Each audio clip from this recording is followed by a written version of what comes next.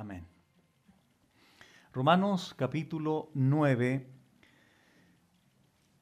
del versículo 9 al 20. Quiero señalar que esta es una nueva sección, podemos decir, del apóstol Pablo, pero hoy día en este tema vamos a desarrollar solamente 3 versículos, del 9 al 11, con el tema la acusación del pecado universal. La acusación del pecado universal. Esta va a ser la primera parte. Y esta, hermanos, esta sección del versículo 9 al versículo 20, podemos decir con toda certeza que es una de las secciones más importantes. Una de las secciones más importantes en cuanto a cuál es la condición del hombre. ¿Cuál es el diagnóstico del hombre?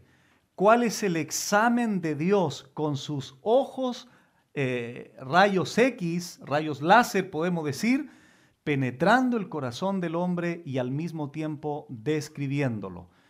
De ahí la importancia, hermanos, de comprender lo que el Señor ha hecho con nosotros, los creyentes, aun cuando estábamos también en este grupo de seres humanos caídos. Bueno, ¿a qué me refiero, hermanos? Ya pronto vamos a leer. ¿A qué me refiero cuando sugiero el título El pecado universal? Bueno, a lo siguiente.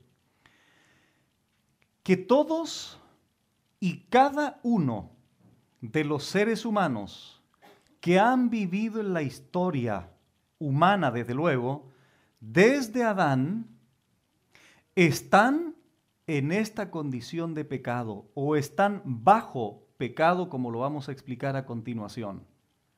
Entonces, la acusación Pablo, si bien es cierto, la ha venido desarrollando de los capítulos anteriores, ahora la establece con mayor claridad y da argumentos muy sólidos, Pablo, para establecer esa acusación y decir finalmente que todo ser humano está bajo pecado, tanto los judíos como los gentiles, como lo hemos venido analizando las enseñanzas anteriores.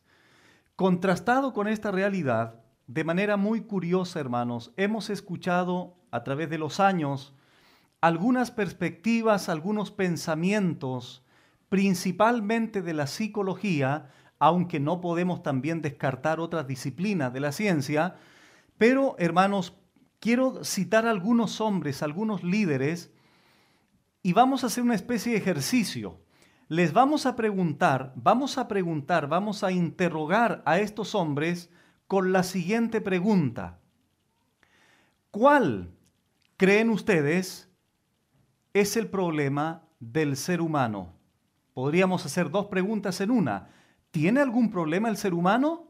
Segundo, si lo tiene, ¿cuál es el problema del ser humano? Preguntémosle a Freud. Él dijo que el problema del hombre era su conflicto entre su id y el superego. Preguntémosle ahora a Ackerman. Él dice que es el sistema en el que vive el hombre. Skinner, él dice que el problema del hombre es el medio ambiente. Rogers, él dice que el medio ambiente, lo cual estorba su potencial. Ellis dice que es víctima de maneras de pensar irracionales. Y por último, Adler, él dice que el problema es que nacemos débiles y nos sentimos inferiores por nuestras limitaciones determinadas a los 5 o 6 años de edad. La culpa, dice él, la tiene la sociedad. Esto, dentro de muchas otras propuestas o pensamientos, solo quise citar estos. Y esto es lo que sugieren, repito, estos líderes que han planteado este pensamiento respecto del problema del ser humano. Ahora, ¿qué observamos en estas opiniones?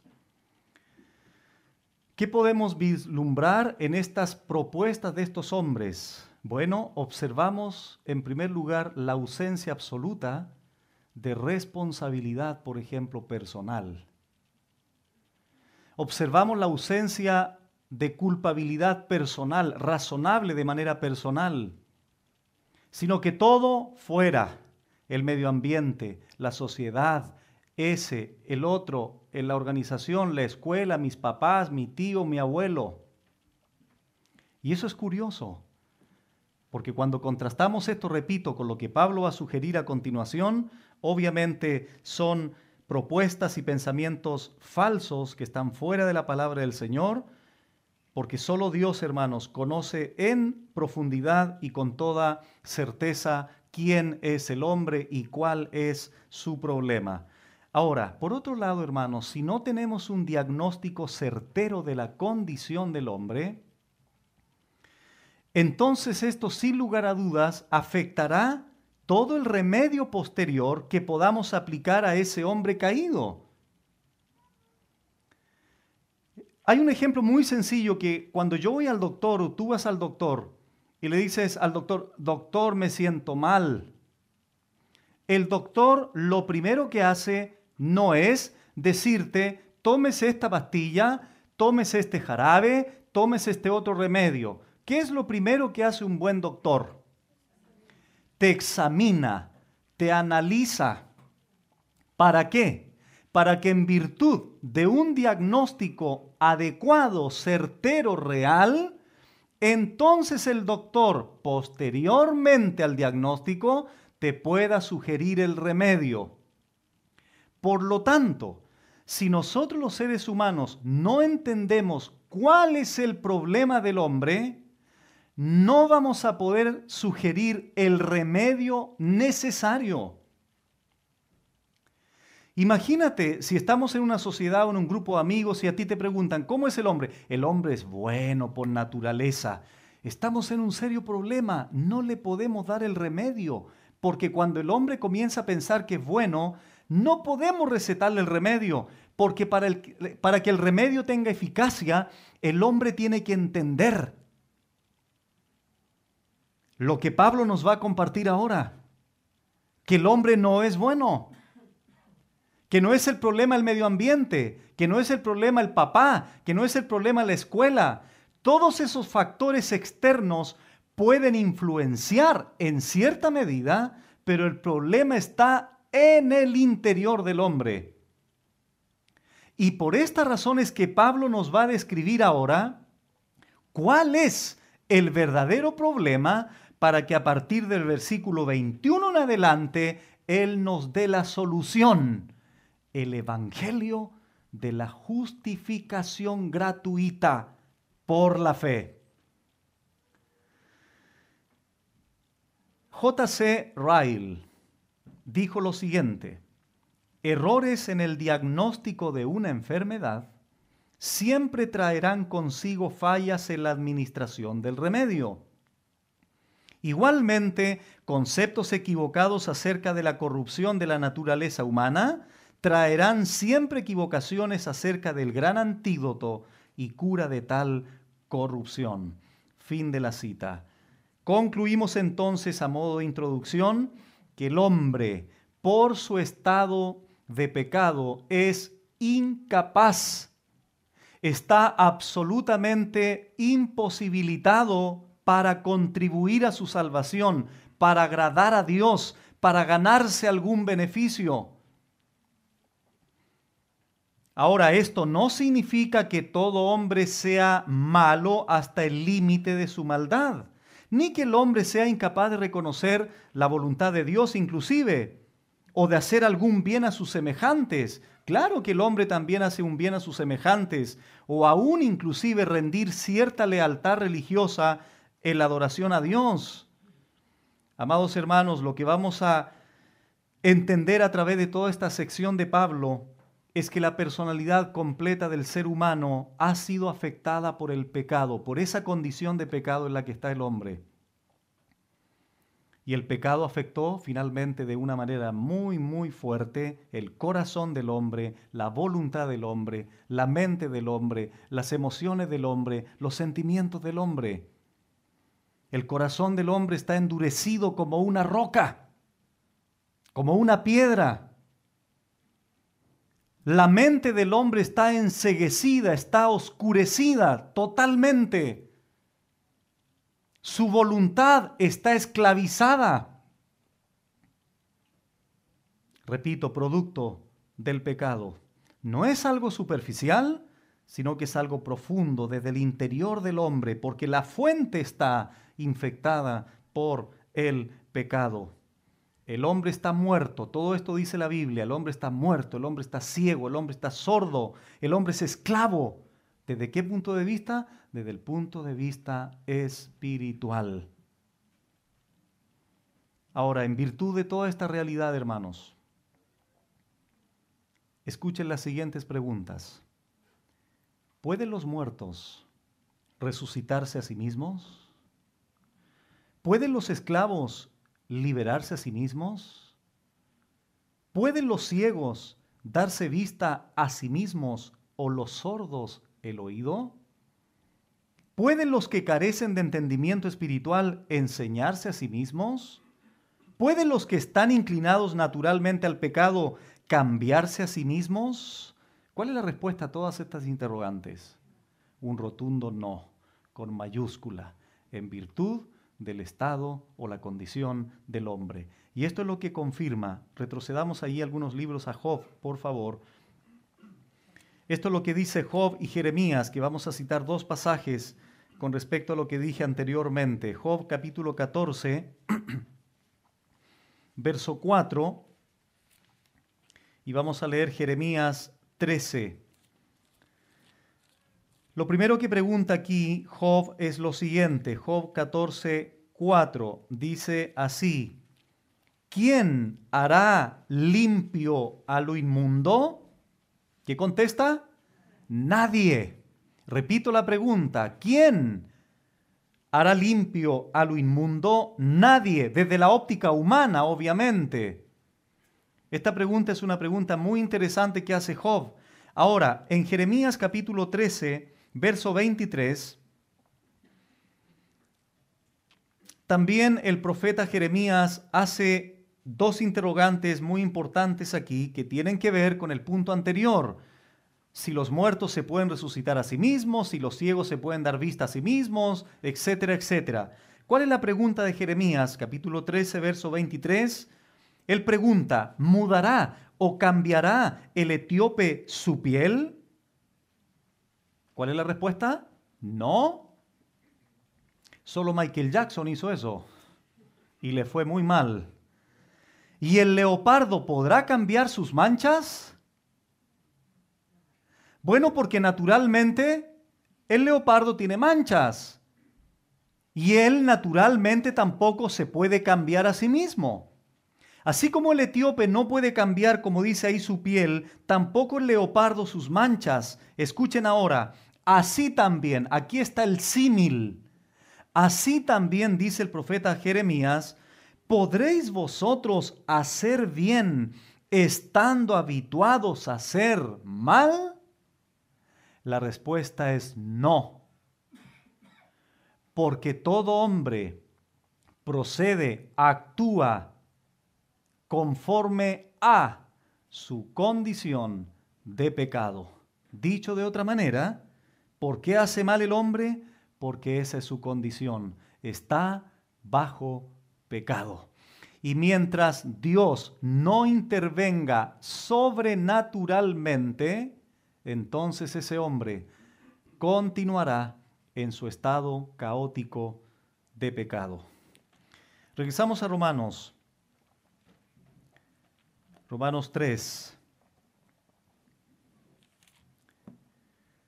En esta sección del verso 9 al 20 vamos a analizar 4 puntos, no hoy día no vamos a alcanzar siquiera a desarrollar uno, pero los voy a decir para que más o menos sepan lo que nos espera en los próximos en las próximas reuniones o enseñanzas. Vamos a ver, hermanos, el primer punto que tiene que ver con la condición de pecado del hombre, y eso está en el verso del 9 al 12. Esto tiene que ver con el carácter del hombre en pecado. La siguiente enseñanza tiene que ver con las palabras de pecado, las conversaciones del hombre de pecado. Eso está claramente señalado del verso 13 al 14. Por eso Pablo dice, sepulcro abierto es su garganta. Vamos a analizar que en virtud de la condición del hombre, todo lo que habla el hombre, todo lo que sale de sus bocas, de sus labios, está corrompido.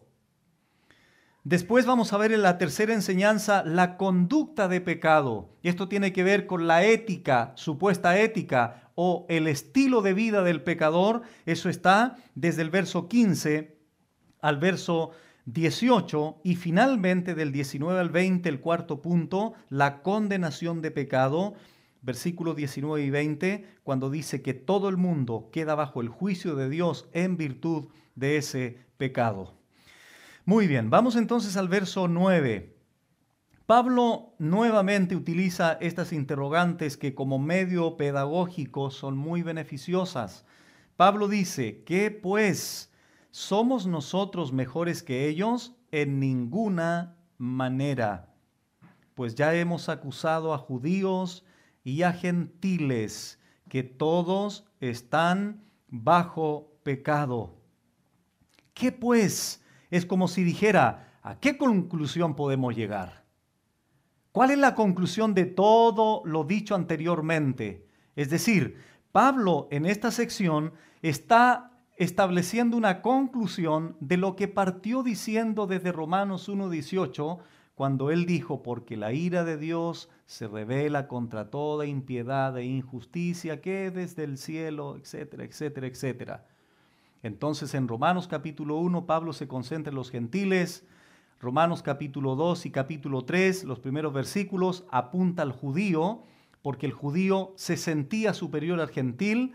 Y Pablo dice, no judíos, ustedes también están bajo pecado. Entonces Pablo ha venido desarrollando esa idea. Por lo tanto ahora Pablo dice, ¿qué pues? ¿A qué conclusión llegamos? Dice él. ¿Somos nosotros mejores que ellos? Y aquí, hermanos, esta pregunta, aunque parece sencilla, no hay un consenso, no hay un acuerdo aquí a lo que se refiere Pablo. Curiosamente, alguien podría decir, pero si es tan fácil, pastor, ¿somos nosotros mejores que ellos? Bueno, hay diferencia, repito. Hay algunos que sugieren que Pablo está diciendo, ¿somos nosotros los judíos, incluido yo, mejores que los gentiles? Hay otros que dicen que Pablo está diciendo, ¿somos nosotros los cristianos mejores que los gentiles? Bueno, sea cual sea, hermanos, la idea que estaba en la mente de Pablo, el apóstol Pablo es rotundo, es radical. Él dice, en ninguna manera. Personalmente me inclino a pensar de que Pablo está hablando de los judíos, incluido él, por la sencilla razón que esa es la comparación o la relación, mejor dicho, que Pablo ha venido desarrollando desde antes.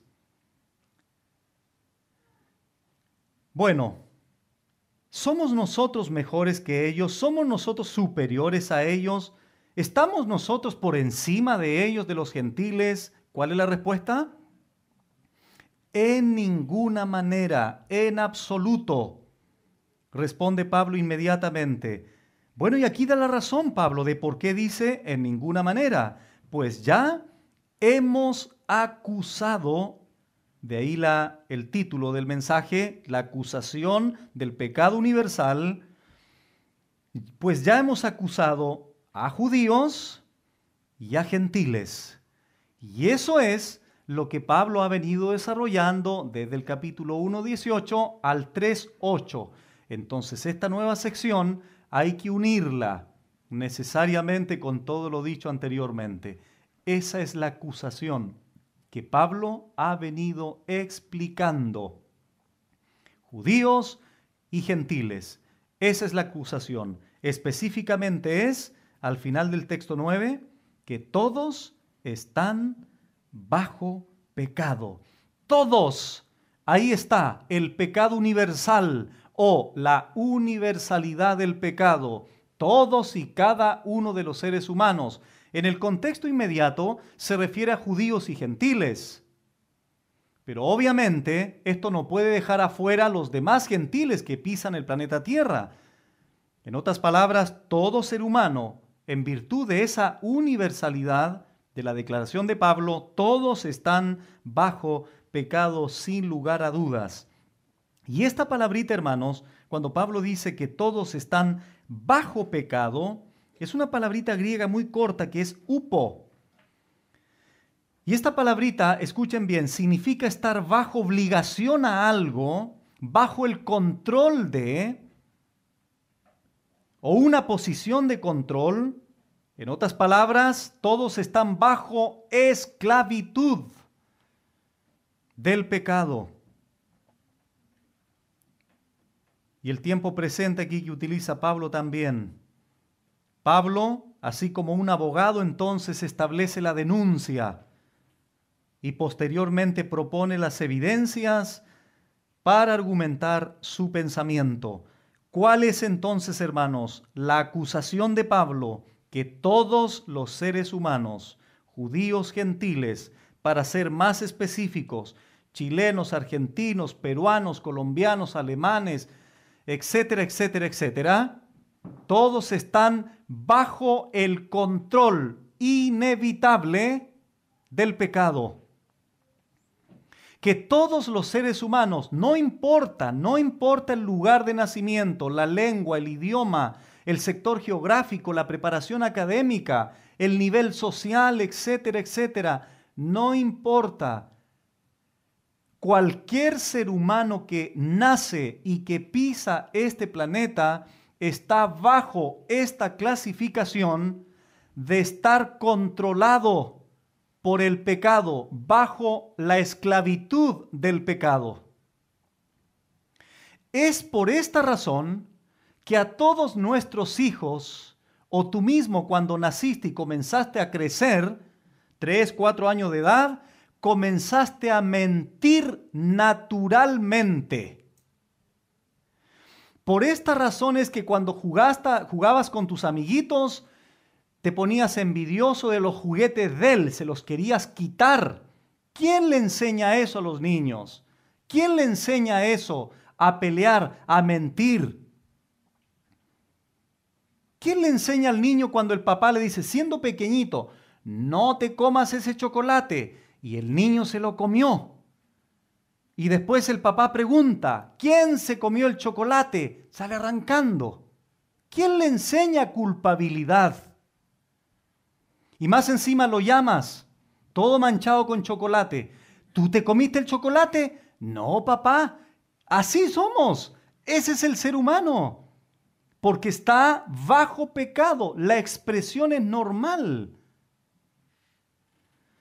Vamos al Evangelio de Juan, capítulo 8. Juan 8. Juan lo dice de esta manera. Juan 8:34.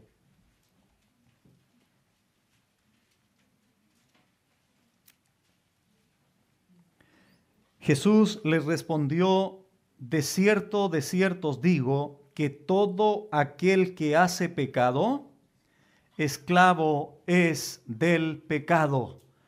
Pablo lo dice de esta forma, he acusado tanto a judíos y a gentiles, que todos están bajo ¿qué? Pecado. Cristo aquí dice, todo aquel que hace pecado, esclavo es del pecado.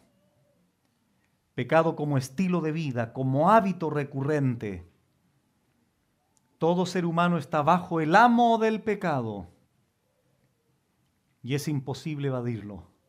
Por eso es que todos los pecadores, al tener a su amo el pecado, están a su servicio y no le pueden decir que no.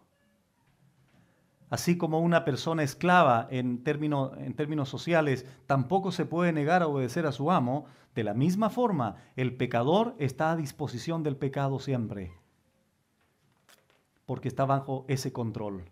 ¿Cuál es la gran bendición del creyente? Que nosotros, ya el pecado no se enseñorea de nosotros. Esa es la grande diferencia entre un creyente y una persona incrédula. Es decir, el incrédulo es imposible que le diga no al pecado. El creyente sí es posible que le diga no. Esa es la diferencia. Y aunque el pecado permanece en nosotros, el pecado ya no se enseñorea de nosotros, que es algo distinto. Douglas Moo lo dice de esta forma: están esclavizados sin esperanza bajo el poder del pecado. Nada muestra con mayor claridad la necesidad desesperada que tenemos del mensaje del Evangelio, ya que el problema del ser humano no es solo que peque, sino que está esclavizado al pecado. Lo que se necesita, pues, es un nuevo poder que irrumpa y libere a la gente de su pecado. Un poder que se encuentra solamente en el Evangelio de Jesucristo. Fin de la cita. Una pregunta muy importante: ¿desde cuándo se manifiesta esta condición de pecado? Vamos al Salmo 51. Vamos a ver dos pasajes para explicar desde cuándo comienza esta triste y caótica realidad. Salmo 51, rápidamente. El salmista aquí, David, estaba pidiendo a Dios piedad conforme a su misericordia, porque él había pecado, ¿recuerdan? Con Betsabé. Él reconoce sus rebeliones y el pecado siempre está delante de mí. Es decir, David escribió esto cuando era un adulto, cuando era grande ya. Lo curioso es que él explica la raíz de esto, de dónde viene, el por qué él hizo lo que hizo años más tarde. Dice verso 5, 51, Salmo 51, 5. He aquí, en maldad he sido formado y en pecado me concibió mi madre. Esto tiene que ver con lo que decía anteriormente.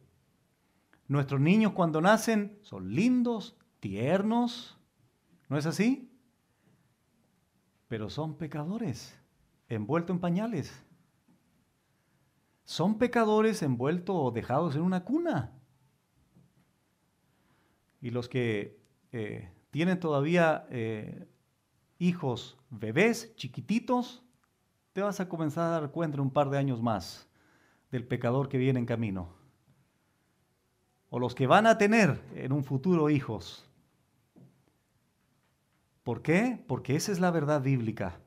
El problema del ser humano comienza desde aquí, desde el vientre de la mamá. Salmo 58, al ladito un par de capítulos más adelante, 58:3.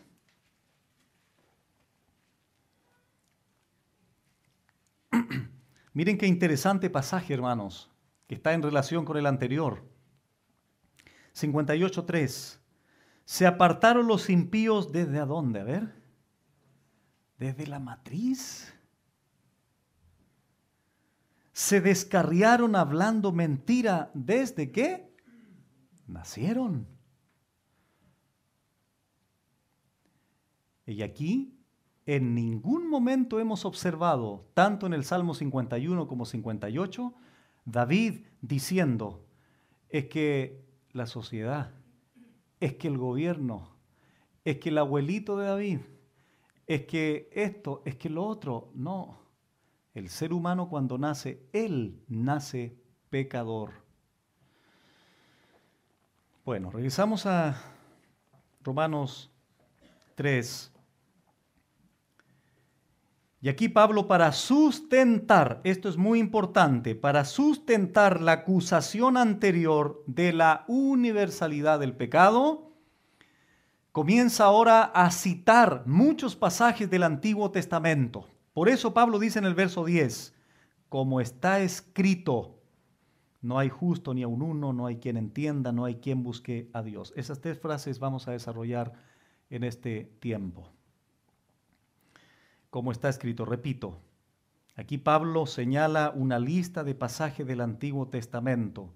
Lo lindo del apóstol Pablo es que nunca él inventó nada, él dejó descansar sus argumentos en la Escritura. Es decir, todo lo que va a argumentar no va más allá de lo que la Escritura le permite citar.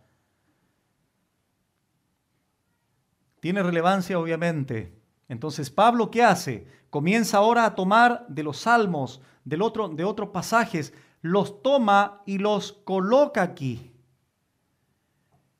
Entonces mira hacia atrás el Antiguo Testamento y él dice, voy a sacar este pasaje porque me cabe aquí justo para decir lo que voy a decir. Voy a tomar este otro pasaje, Salmo 14, que leyó el hermano Juan Carlos. Voy a tomar el Salmo 53 para extraer las verdades y las voy a dejar aquí. ¿Para qué? Para argumentar mi acusación de que todo ser humano está bajo el control del pecado.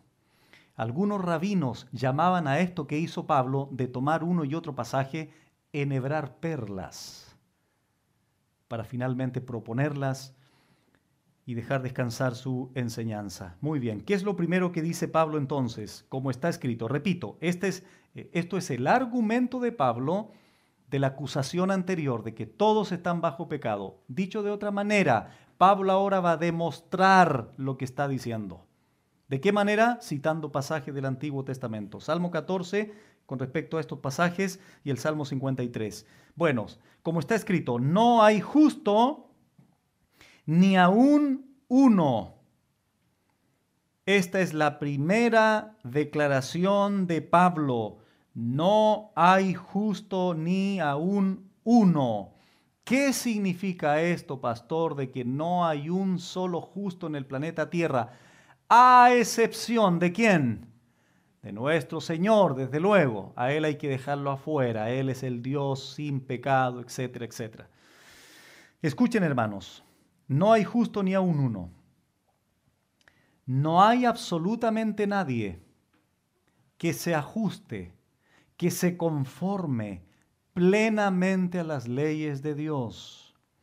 No hay nadie que se conduzca perfectamente delante de Dios.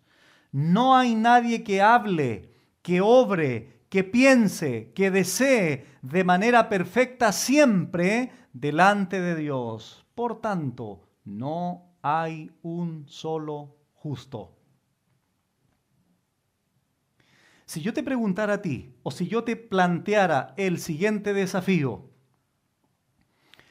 hagamos un ejercicio, hermano. Mañana, levántate y trata de no pensar nada malo. Todo lo que hagas tiene que ser perfecto. No hables nada indebido. Trata de manera perfecta a tu semejante. Ama a tu prójimo como a ti mismo. No violes ninguno de los mandamientos del Señor. ¿Cuánto durarías?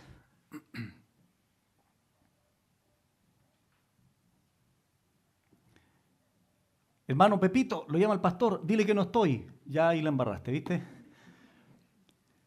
Pecaste inmediatamente. O si respondiste, pastor, ¿cómo está? Lo echamos de menos. Mentira, era mentira eso. Otro pecado más. Hermanos, es por esta razón que el ser humano necesita una justicia externa. Porque propia no tenemos. Al contrario, somos injustos, pecadores impíos. Y por eso Pablo comienza diciendo desde el principio, Romanos 1:16 en adelante, porque la justicia de Dios se revela por fe y para fe. Después vamos a llegar a eso. Entonces alguien pregunta, oye, pero si yo no soy justo, ¿cómo puedo ser justo? Ah, ahí está. Hay otro que tiene una justicia perfecta. ¿Y qué tengo que hacer? Bueno, creer en Él, arrepentirte, para que Él te acredite a ti su justicia, porque tú no lo eres. Pero eso lo vamos a explicar más en detalle después cuando lleguemos al verso 21. De hecho, la justicia es uno de los temas principales en el libro de Romanos, como lo hemos visto anteriormente. La carencia entonces, hermanos, la carencia absoluta de justicia es evidente, es muy evidente en el libro de Romanos. ¿Por qué? Porque la maldad del hombre es universal, repito. Entonces no hay justo, no hay nadie que obre, que piense, que proceda de manera perfecta siempre, imposible, en virtud de que esa persona está bajo pecado. Versículo 11, no hay quien entienda.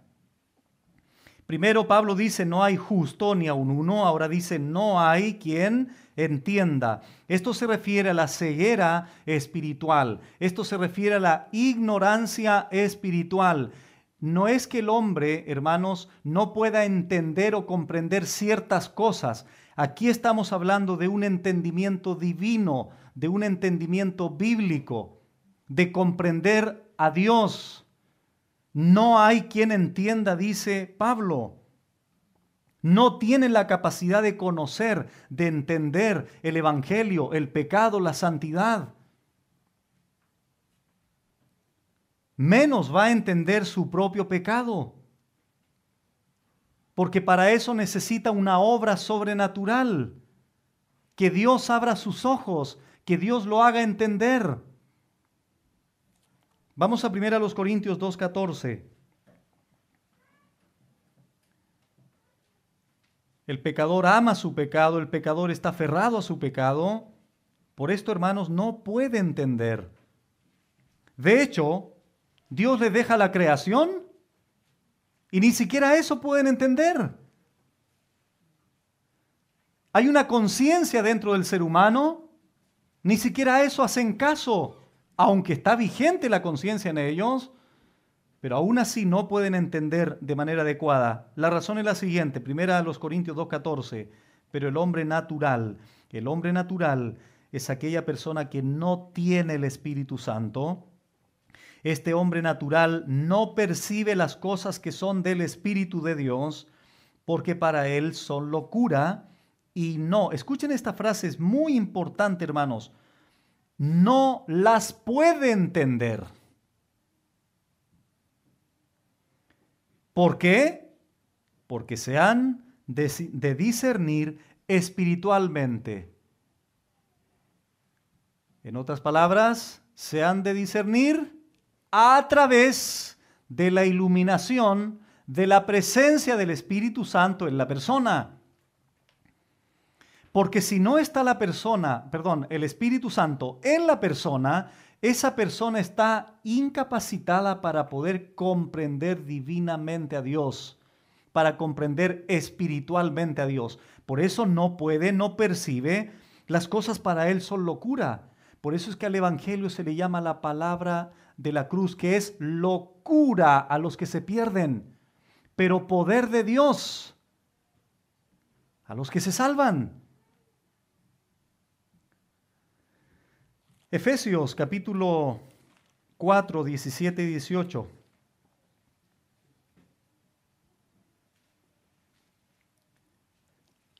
Antes que lo busquen, Efesios 4, 17, el texto, hermanos, o Pablo nos dice esto: no hay quien entienda, menos los doctores. Pablo nos dice, no hay quien entienda, a excepción de los filósofos. Pablo no dice eso. Todo ser humano que está bajo pecado no entiende. Puede tener una preparación académica importantísima, puede ser graduado de Harvard, puede haber sido graduado de las grandes universidades a nivel mundial y venir a la Biblia y no entender. Porque se han de discernir espiritualmente. Por eso, como les conté una vez, un graduado de Harvard sube un podium un día y después que da un tremendo discurso en función de esa graduación de Harvard, baja después y se pone a conversar con una estatua de mármol, sin vida, sin aliento. Él no ha podido entender la Biblia, que eso no tiene vida, y que no es objeto de oración, ni de adoración, ni de veneración. Ahí te das cuenta. ¿Cómo puede entender otras disciplinas de la ciencia y no comprender algo tan básico? Bueno, dice Efesios 4:17. Esto pues digo y requiero en el Señor, que ya no andéis como los otros gentiles, que andan en la vanidad de su mente. Escuchen ahora, teniendo el entendimiento entenebrecido, por eso no entienden, ajenos de la vida de Dios. Escuchen la palabra que utiliza Pablo ahora, por la ignorancia que en ellos hay, y aquí da la razón, por la dureza de su corazón. Pablo dice en Romanos 3:10, no hay justo ni aun uno, no hay quien entienda, no hay quien pueda comprender espiritualmente. ¿Por qué? Porque todos están bajo pecado. Intenta explicarle a un ciego de nacimiento y lo traes aquí y le dices, vamos a suponer que el ciego, lo digo con respeto por los ciegos, por favor, no me malinterpreten. Si hay algún ciego de nacimiento que me está escuchando, es con todo respeto, es solamente la ilustración. Si yo siento aquí al frente mío un ciego de nacimiento y le digo, mira, vamos a suponer que se llama, no sé, Jorge, mira Jorge, qué lindo es este color, qué lindo es el azul. Mira, para que tengas una idea, este color es como el cielo cuando está despejado. ¿Me va a entender? ¿Me va a entender? No. Él es ciego de nacimiento. ¿Qué necesita él recién para poder ver el color azul? Que alguien o que de una manera milagrosa se le abran sus ojos y pueda distinguir y pueda percibir el color del telón. Bueno, de la misma forma, de manera espiritual, hermanos, esto tiene relevancia con lo que dijo el salmista. Abre mis ojos y miraré las maravillas de tu ley. Dicho de otra forma, si no son abiertos los ojos del salmista, ¿puede entender la ley de Dios? No. Eso es lo que se necesita para aquel que no entiende que Dios haga una obra sobrenatural, porque asimismo el ciego no se puede curar, como el muerto asimismo no se puede resucitar a sí mismo. Siguiente frase, Romanos 3. El argumento de Pablo, de la acusación de Pablo, que todos están bajo pecado, la universalidad del pecado es, como está escrito, no hay justo ni aun uno. Número 2, no hay quien entienda, ignorancia espiritual, falta de comprensión espiritual. Y en tercer lugar, no hay quien busque a Dios. No hay quien busque a Dios. Pastor, eso es falso. ¿Cómo que no hay quien busque a Dios? Si yo conozco tantos religiosos aquí en la ciudad, pastor, ¿cómo me dice que nadie busca a Dios si la gente todos los domingos va a misa en la mañana? ¿Cómo Pablo se atreve a decir que no hay quien busque a Dios o no hay nadie que busque a Dios si hay miles de religiones en el mundo, pastor? ¿A qué se refiere Pablo? Esto parece contradictorio, hermanos, al ver gente tan religiosa a nuestro alrededor. Pareciera ser que es una frase fuera de lugar, como que no tiene sentido. ¿Por qué? Porque toda esta gente que adora algo, que sirve a algo, que hace una liturgia, un culto a algo, todos ellos, si tú les preguntas, están dando culto a una deidad. Y vengo a consultar a Pablo y él me dice que la acusación es que no hay quien busque a Dios. Todos están bajo pecado. Qué curioso, ¿no? El problema es el siguiente. No hay quien busque a Dios. Toda la gente que busca, entre comillas, a través de liturgias, de obras, de religión, de cultos, de tradiciones, de costumbres, etcétera, no están buscando al Dios verdadero, al Padre de Jesucristo el Señor de gloria. No hay quien busque a Dios. ¿Por qué, pastor? Por lo mismo que Pablo ya ha acusado, el pecado universal. Todos están bajo el dominio, bajo el control bajo el rey, bajo el amo del pecado. Por eso no hay justo ni aun uno, por eso no hay quien entienda. Por esto también no hay quien busque a Dios. De hecho, la palabra religión, del latín re, ligos, volver a ligar, el punto es que la gente se quiere ligar equivocadamente con una deidad. Pero Cristo dijo en Juan 14:6, creed en Dios. ¿En quién tienen que creer? Creed también en mí. 1 Timoteo 2:5, hay un solo canal para llegar al verdadero Dios, porque hay un solo Dios y un solo mediador entre Dios y los hombres, Jesucristo hombre. ¿Quién dijo, yo soy el camino y la verdad y la vida? Bueno, ante toda esta situación, hermanos, de muerte del hombre, de dominio del pecado, de la ceguera del hombre, de la injusticia del hombre, de la muerte del hombre, de la falta de comprensión espiritual del hombre, sumamos a eso, no hay quien busque a Dios. Y ante esta realidad, por esta razón, hermanos, es que Dios es el que siempre tomará la iniciativa de buscarnos. Porque si Él te deja solo, en esa condición en la que estás, bajo el dominio del pecado, nunca vas a venir a Él por iniciativa propia, porque el pecado te va a apartar de Dios. El pecado nunca te va a llevar a Dios. El pecado te va a apartar de Él. Dios es el que comienza la obra, la atracción. Dios comienza a llamarte. ¿Por qué? Porque no hay quien busque a Dios. Y escucha, hermano, si Dios no buscara o Dios no nos buscara, todos tendríamos que vernos en el infierno.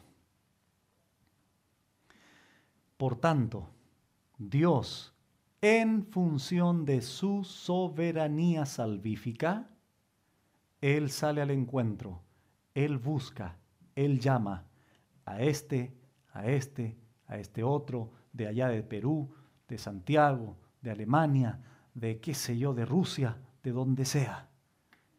Él los llama, Él los busca, porque repito, si no lo hace, nadie va a venir a Él. Por eso después vamos a ver que no puede haber jactancia en el creyente. Y eso es lo bueno, hermano, que esto nos deja por el suelo, anula tus méritos, lo bueno que te crees, qué sé yo. Eso es lo bueno, esto exalta, pero de una manera impresionante, la obra, la gracia de Dios, para que esto lo mantengamos presente toda la vida de fe, toda nuestra vida cristiana. ¿Cómo se busca al Señor? Vamos a Isaías, curiosamente un pasaje del profeta Isaías, Isaías 55. Isaías 55, versículos 6 y 7.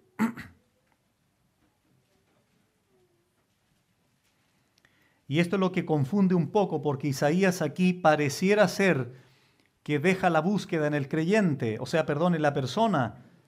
Dice Isaías 55, 6 y 7 lo siguiente: buscad a Jehová. Bueno, pastor, pongámonos de acuerdo. No hay quien busque a Dios, me dice Pablo. Y ahora Isaías dice: buscad a Jehová mientras puede ser hallado, llamadle en tanto que está cercano. Y aquí está la forma de buscarlo: deje el impío su camino y el hombre inicuo sus pensamientos, y vuélvase a Jehová, el cual tendrá de él misericordia, y al Dios nuestro, el cual será amplio en perdonar. ¿Saben cómo se traduce este versículo con palabras del Nuevo Testamento? Arrepentimiento y fe. Porque cuando Dios dice aquí, deje el impío su camino y vuélvase a Jehová, eso es arrepentimiento. Y la fe en el Dios de Israel, en el contexto de Isaías.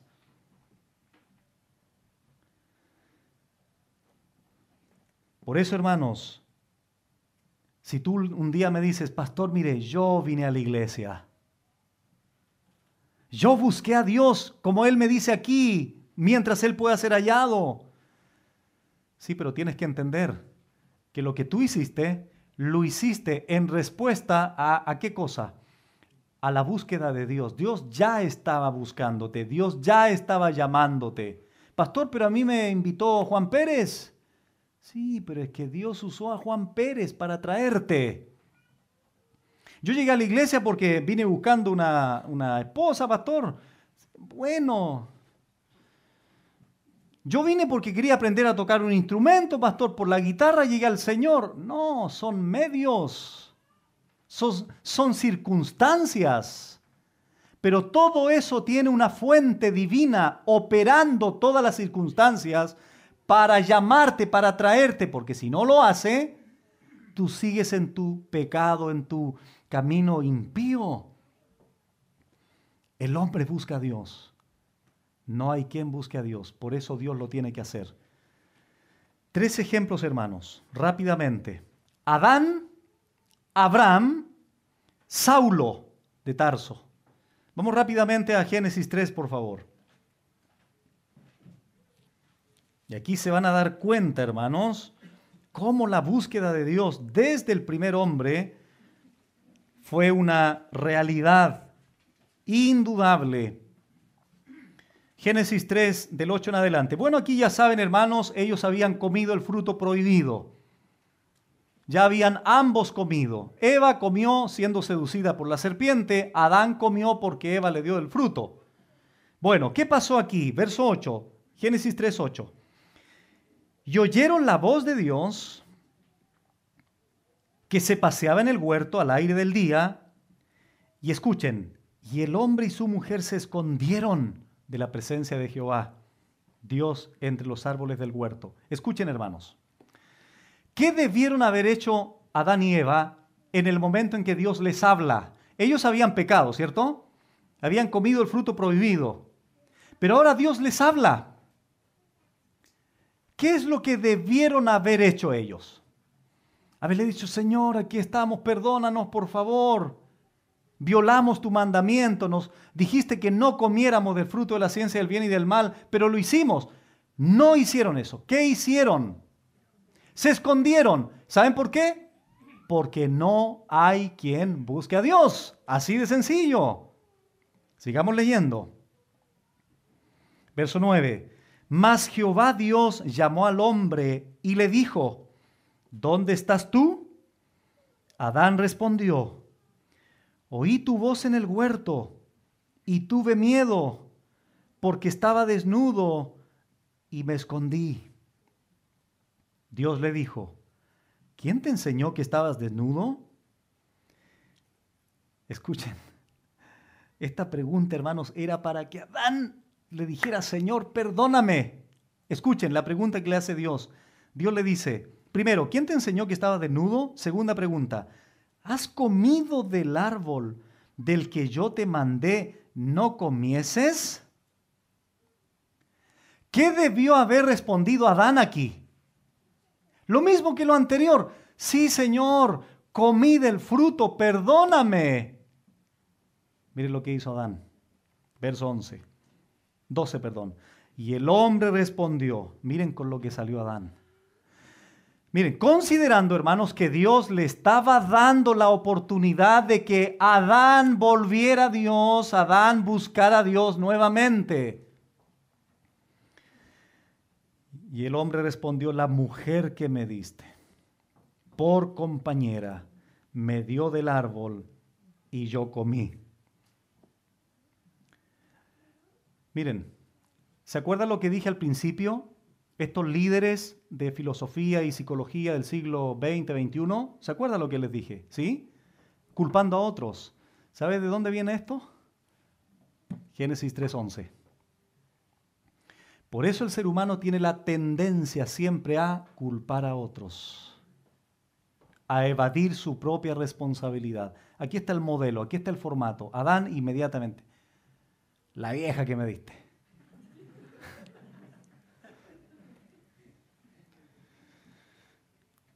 Verso 13. Ante la tremenda y espectacular respuesta de Adán, bueno, Dios, ¿qué hace ahora? Trata con Eva. Entonces Jehová Dios dijo a la mujer, ¿qué es lo que has hecho? ¿Qué debió haber hecho Eva? ¿Qué debió haber hecho Eva? Señor, por favor, no te arrepentiste, hombre, pidámosle perdón a Dios. Bueno, algo así pudo haber dicho la señora. No hizo eso. ¿Qué hizo Eva? La serpiente me engañó y comí. ¿Por qué? Porque no hay quien busque a Dios. Abraham, Josué capítulo 24. Josué 24, versículo 2 y 3.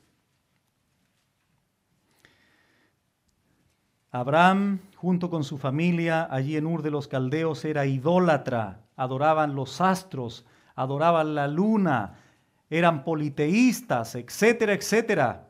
Dice Josué 24:2, y dijo Josué a todo el pueblo, así dice Jehová, Dios de Israel, vuestros padres habitaron antiguamente al otro lado del río, esto es Taré, padre de Abraham, y de Nacor, y escuchen ahora, esta familia, Taré, Abraham, Nacor, servían a dioses extraños, es decir, eran idólatras.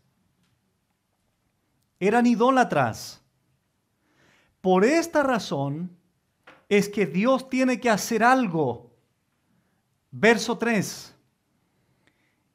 Y dice, y yo tomé a vuestro padre Abraham del otro lado del río. ¿Qué significa yo tomé? Si Abraham no es tomado por Dios, Abraham sigue en su idolatría en Ur de los Caldeos. Pero Dios inicia la búsqueda de Abraham y en Génesis 12, Génesis 11 al final y Génesis 12 el principio de los versículos, Dios dice, Dios había llamado a Abraham, ¿de dónde? De Ur de los Caldeos. Y aquí el texto dice que Abraham lo tomó, porque si no lo toma activamente Dios, Abraham continúa en su idolatría. Porque Abraham, si Dios no lo llama, si Dios no lo busca, Abraham no hubiese buscado al Dios verdadero. Por eso el énfasis del pronombre personal yo.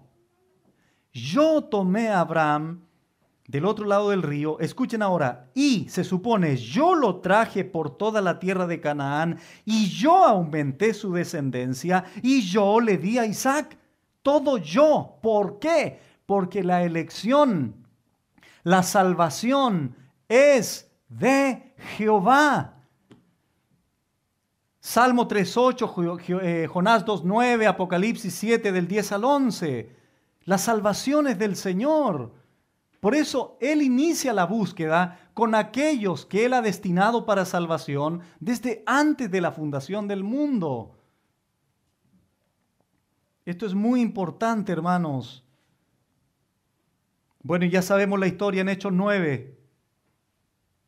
Saulo, ¿iba buscando al Señor?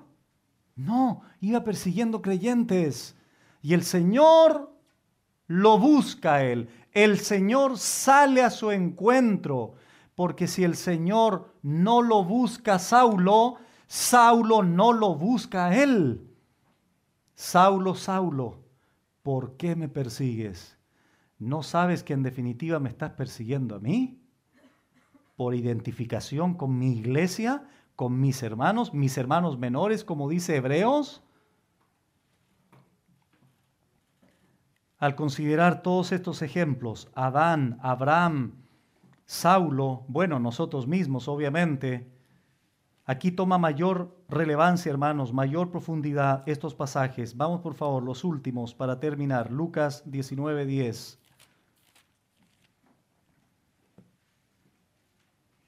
Y Juan 15:16 de manera paralela y simultánea. Juan 15:16. Repito, ante todos estos ejemplos anteriormente citados, Adán, Abraham, bueno, no solo ellos, el mismo Isaac, Jacob, etc., toman mayor relevancia esto que vamos a leer ahora. Dice en primer lugar Lucas 19:10, porque el Hijo del Hombre vino ¿a qué? ¿Por qué tuvo que venir a buscar? A ver, porque ¿qué dijo Pablo? Porque nadie busca a Dios, así de sencillo, hermanos. Repito, porque el Hijo del Hombre vino a buscar y a salvar. ¿Por qué el Hijo del Hombre tenía que venir a buscar y a salvar? ¿Porque el hombre hubiese venido solo a él?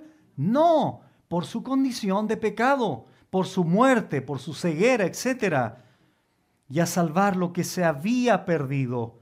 Dice Juan 15, versículo 16, hablando a sus discípulos, no me elegisteis vosotros a mí, sino que yo os elegí a vosotros. Detengámonos aquí un minuto. ¿Por qué Cristo tuvo que elegir a sus discípulos? Porque sus discípulos nunca lo hubiesen elegido a Él. Yo os he puesto para que vayáis y llevéis fruto, y vuestro fruto permanezca, para que todo lo que pidierais al Padre en mi nombre, Él os lo dé. No me elegisteis vosotros a mí. ¿Por qué, Señor? ¿No están escuchando la enseñanza de Pablo? ¿No hay quien busque a Dios? Por eso yo los tengo que elegir a ustedes. En virtud de su muerte, de su ceguera, de su sordera, de su incapacidad de salvación, de contribuir a la salvación, de agradar a Dios, yo tengo que buscarlos a ustedes. Yo los elegí a ustedes. Ustedes no me eligieron a mí. Primera de Juan, capítulo 4. Primera de Juan, capítulo 4. Versículo 10, en primer lugar. Entiendo que el hermano Juan Carlos todavía no va aquí, ¿cierto? No. Bueno, no voy a explicar mucho entonces para que él lo explique después en los estudios en hogares. Dice primera de Juan 4, 10. En esto consiste el amor. Escuchen, por favor, hermanos. En esto consiste el amor. No en que nosotros hayamos amado a Dios, sino en que Él nos amó a nosotros y envió a su Hijo en propiciación por nuestros pecados. Verso 19. Por eso dice esto ahora Juan. Nosotros le amamos a Él porque Él nos amó primero. Siguiendo la misma lógica de lo que he dicho anteriormente. Si Dios no te ama a ti, tú nunca lo amarías. Pero yo iba a misa, pero yo voy al culto, no importa, estoy hablando del amor bíblico, no ese amor sentimental. No hubieses podido amarlo nunca. Pero ¿por qué hoy día lo amas? Porque Él te amó primero. Y además, algo que no me entra a mí en la cabeza, pero es la verdad bíblica, además, Él ha derramado su amor en tu corazón para que ese mismo amor se lo entregues a Él y a tu prójimo. Romanos 5:5. Porque el amor de Dios ha sido derramado en vuestros corazones por el Espíritu Santo. Nada es nuestro. Nosotros simplemente tenemos que andar en esas obras de amor, de gracia, de bondad, de benignidad, etcétera, etcétera. Y ya hemos leído este pasaje, solo lo voy a recordar. Nadie puede venir al Padre, dijo el Señor, si el Padre que me envió no le trajere, porque si no le trae, nadie busca a Dios.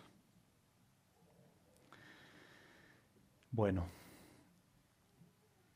el hombre no busca arrepentirse, no busca a Dios, no busca ser perdonado, a menos que Dios en su gracia lo ame, lo busque, lo elija, lo salve, lo perdone. De lo contrario, no podría ni siquiera abrir los ojos para entender verdades espirituales. No hay un solo justo, no hay quien entienda a Dios, no hay quien busque a Dios. Y esto tiene que ver con el primer punto, con la primera enseñanza. con el carácter del hombre pecador, con la condición del hombre pecador. Escuchen, como dijo R.C. Sproul, que acaba de morir un par de meses, él dijo, quieren la paz, pero no quieren al príncipe de la paz. Quieren el propósito para sus vidas, pero no quieren el propósito soberano de Dios para sus vidas. Quieren el significado genuino en sus vidas, pero no quieren el reinado soberano de Dios sobre sus vidas. Fin de la cita. El hombre siempre anhela los beneficios de Dios, quiere buscar o limpiar o satisfacer en cierta forma su conciencia, pero no puede, no quiere tampoco amar verdaderamente a Dios por su pecado, por su condición de pecado, hermanos. Ahora escuchen, para terminar, ahora quiero que por favor esta verdad, esto que voy a leer ahora, lo puedas individualizar, puedas apropiarte de esto de manera personal. Esto es lo que el Señor hizo con mi vida, con tu vida. No siendo justos, Él nos hizo justos. No siendo entendidos, Él nos dio la mente de Cristo. No habiéndole buscado, Él nos atrajo hacia Él. Esto es la magnificencia, esto es lo sublime del Evangelio del Señor. Si tienes algún familiar, algún amigo, algún conocido que todavía sigue siendo injusto, que todavía sigue no entendiendo, que todavía sigue no buscando a Dios, y tú sí entiendes, y tú ahora tienes la justicia de Cristo, ahora si tú buscas a Dios, es por la pura gracia, por nada más. No tienes ningún mérito al respecto, no tienes ninguna obra que aportó o que contribuyó a la salvación. Porque estabas igual de pecador que tu familiar, que tu amigo, que tu papá, que tus vecinos, que tus, qué sé yo, compañeros. Entonces, ¿qué está haciendo Pablo, hermanos, aquí? Mientras desarrollemos todos los demás versículos hasta el verso 20, es precisamente dejar claro en la mente del pecador lo miserable que somos delante de Él. Y cuando nos tiene aquí por el agua por el cuello ya, desesperados, entonces, ¿qué hacemos? Si hay veneno en mi garganta, si no busco a Dios, si no soy justo, si no hago lo bueno, si hay maldición, si mis pies se apresuran a derramar sangre, si no hay temor en Dios. Pablo dice en el 21, pero ahora aparte de la ley, se ha manifestado la justicia de Dios. Versículo 24, siendo justificados gratuitamente por su gracia. Y ahí está el remedio. Pero primero hay que establecer la realidad, la condición caótica, la acusación formal de Pablo como un abogado de Dios de la universalidad del pecado. Todos están bajo el pecado y en consecuencia bajo la condenación eterna. Vamos a orar. Padre bueno, gracias porque nosotros, Señor, estábamos dentro de este grupo que Pablo está describiendo en esta acusación de que tanto judíos como gentiles están bajo pecado, bajo el gobierno, bajo el amo del pecado, bajo el control absoluto del pecado. Sin embargo, tu gracia bendita, Señor, nos ha perdonado, nos has buscado, abriste nuestros ojos espirituales para poder comprender, nos regalaste tu justicia, porque así como Abraham creyó y le fue contado por justicia, de la misma forma nosotros que hemos creído, se nos ha atribuido tu justicia. Somos mirados desde el cielo perfectamente justos como tu Hijo, perfectamente santos como tu Hijo.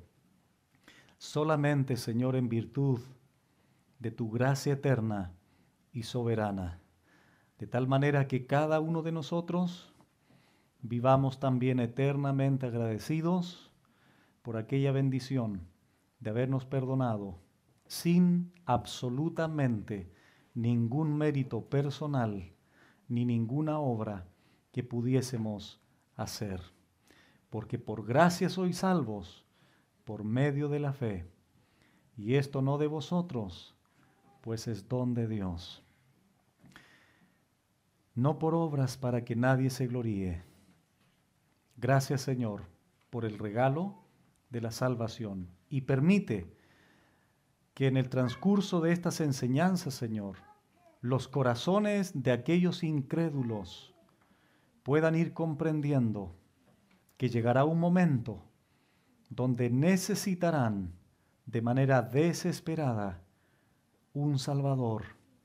Y ese Salvador es Jesucristo el Señor de gloria, aquel que puede justificar gratuitamente por la fe, aquel que se hizo propiciación por nuestros pecados, aquel que recibió toda la ira de su Padre en lugar del pecador impío.